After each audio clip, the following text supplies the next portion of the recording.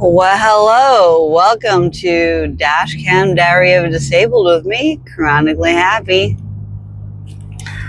Yeah, I still got my hair. It's really obnoxiously large at the moment and in charge.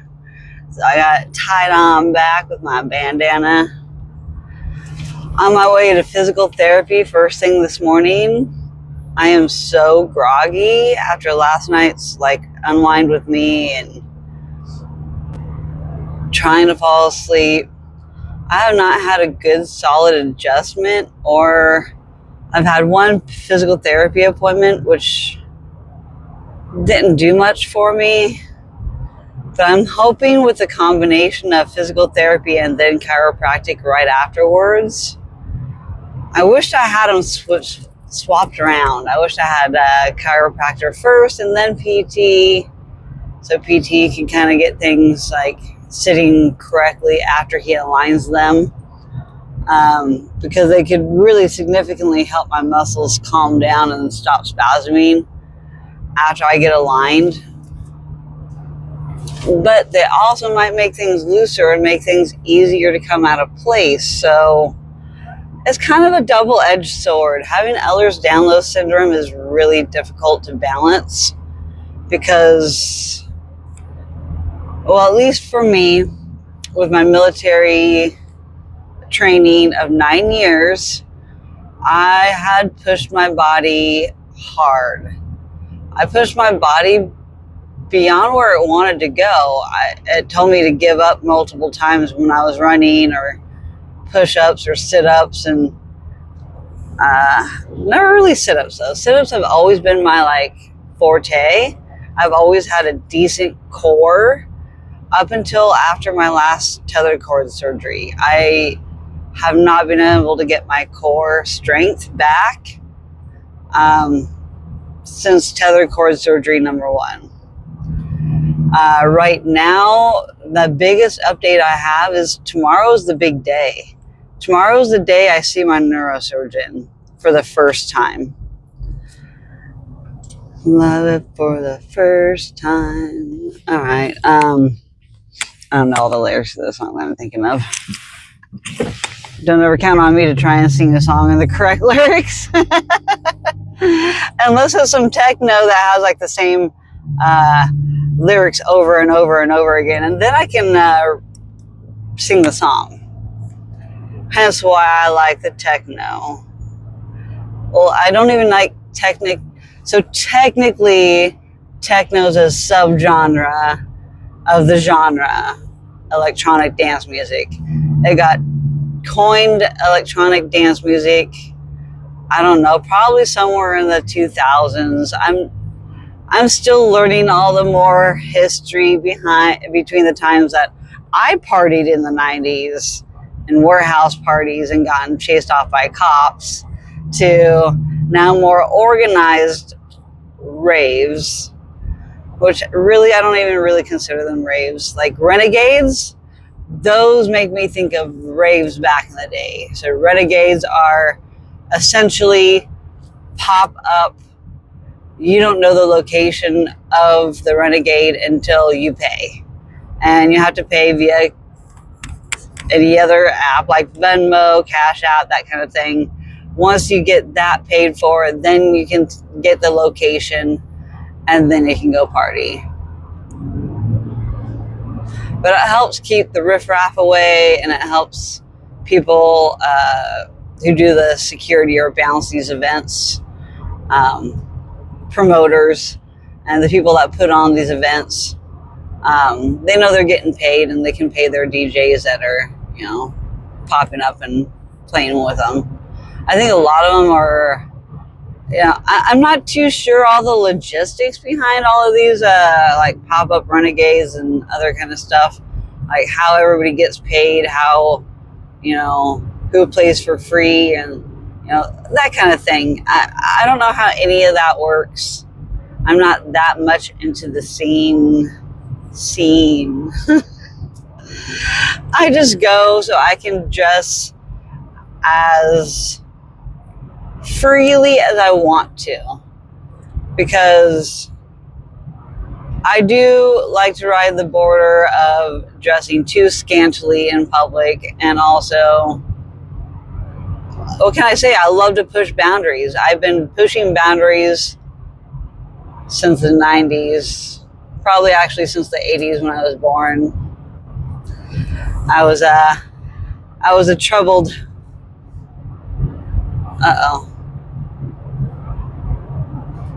okay. Had to cut off my phone call. They're calling me to remind me of my 9:30 chiropractor appointment. I'll have to text them after I'm done with my video. As it is, I'm going to be 15 minutes late to my physical therapy. It's only because my mom drove me last time that I was able to make it on time. This having to come all the way out of my way to go to physical therapy when there's a location 5 minutes or less from my house, and now I have to drive all the way to a couple towns over to see the same physical therapist because it's a chain location. There's only two. Thank goodness there's only two. But I guess they're having an issue trying to keep this one a little bit more staffed, which sucks because this is a great freaking physical therapy company. Like, I absolutely do not want them to go under. I really hope they don't ever get bought out. I hope that they continue. Without this physical therapy company, I would be totally lost. I'd be totally screwed without this physical therapy.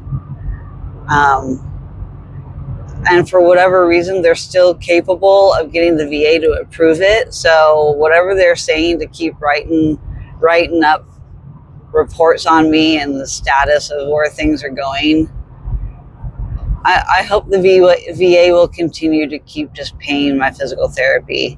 It's going to be essential after I have surgery to have this physical therapy in order to prevent me from having to have another surgery number 3. So the surgery that I'm seeking is tethered cord release surgery. It is because I have my spinal cord. When I was in my mom's wound, I became overbaked. I became so big that I turned a breech in my mom's belly.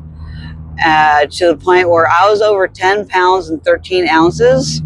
There was no way the doctors could turn me around to deliver me naturally. I was born under trauma.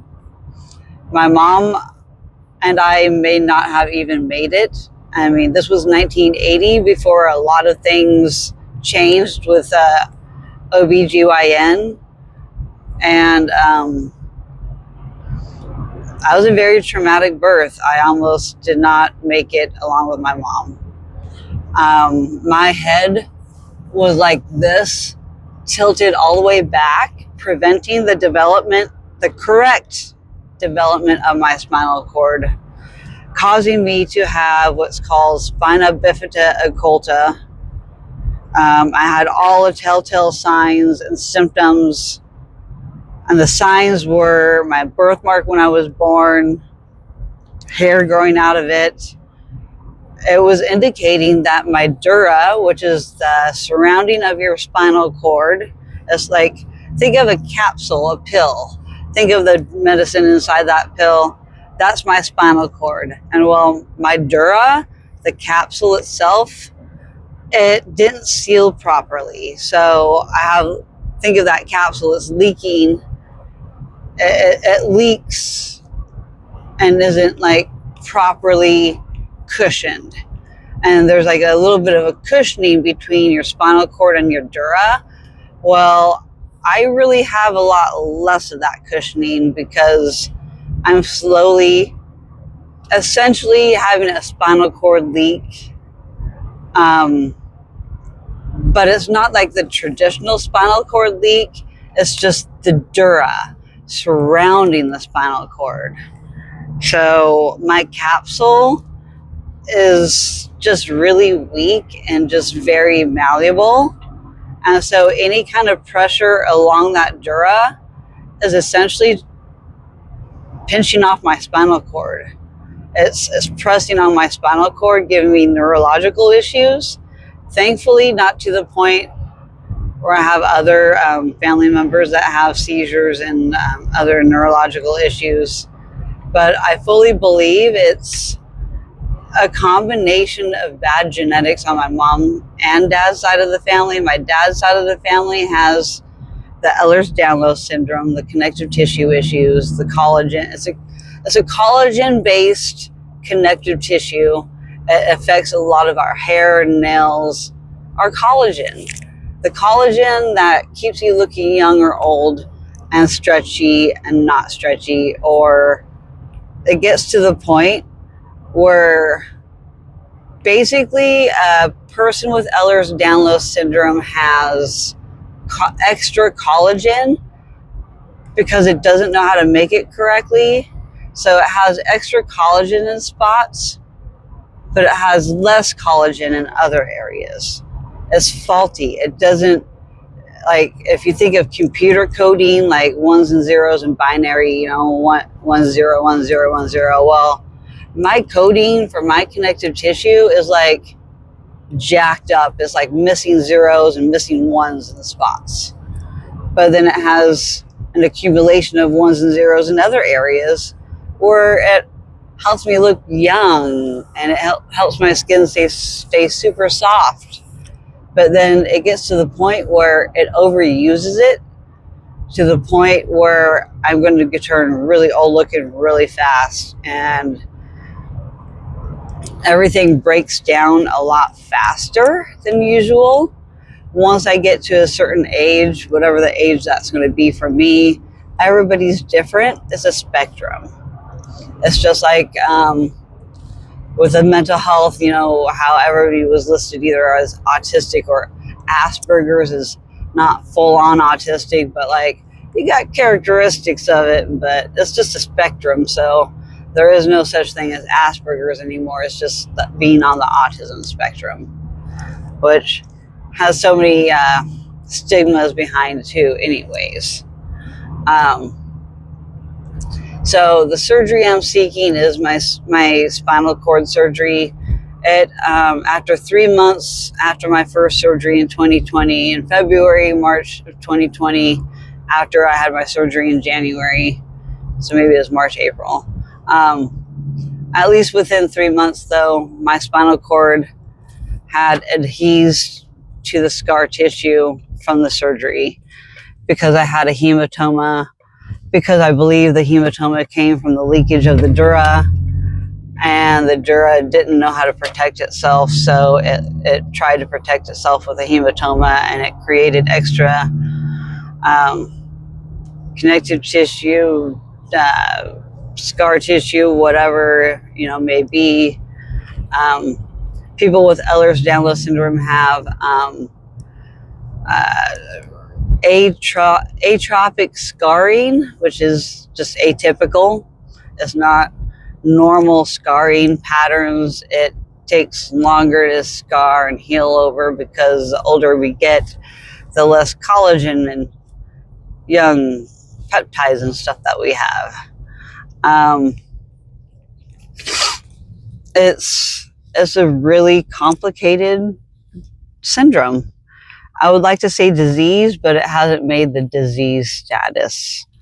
In order to make a disease status, there has to be some kind of like official treatment that is standard to treating said syndrome.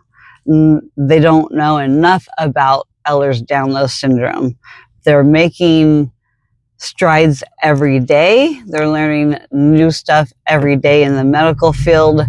They're discovering different things that cause the malfunctions of our regular biological humans' biology. A lot of big words there. I'm trying to find the right words as I'm trying to... No, I am going to be there in a minute. I know.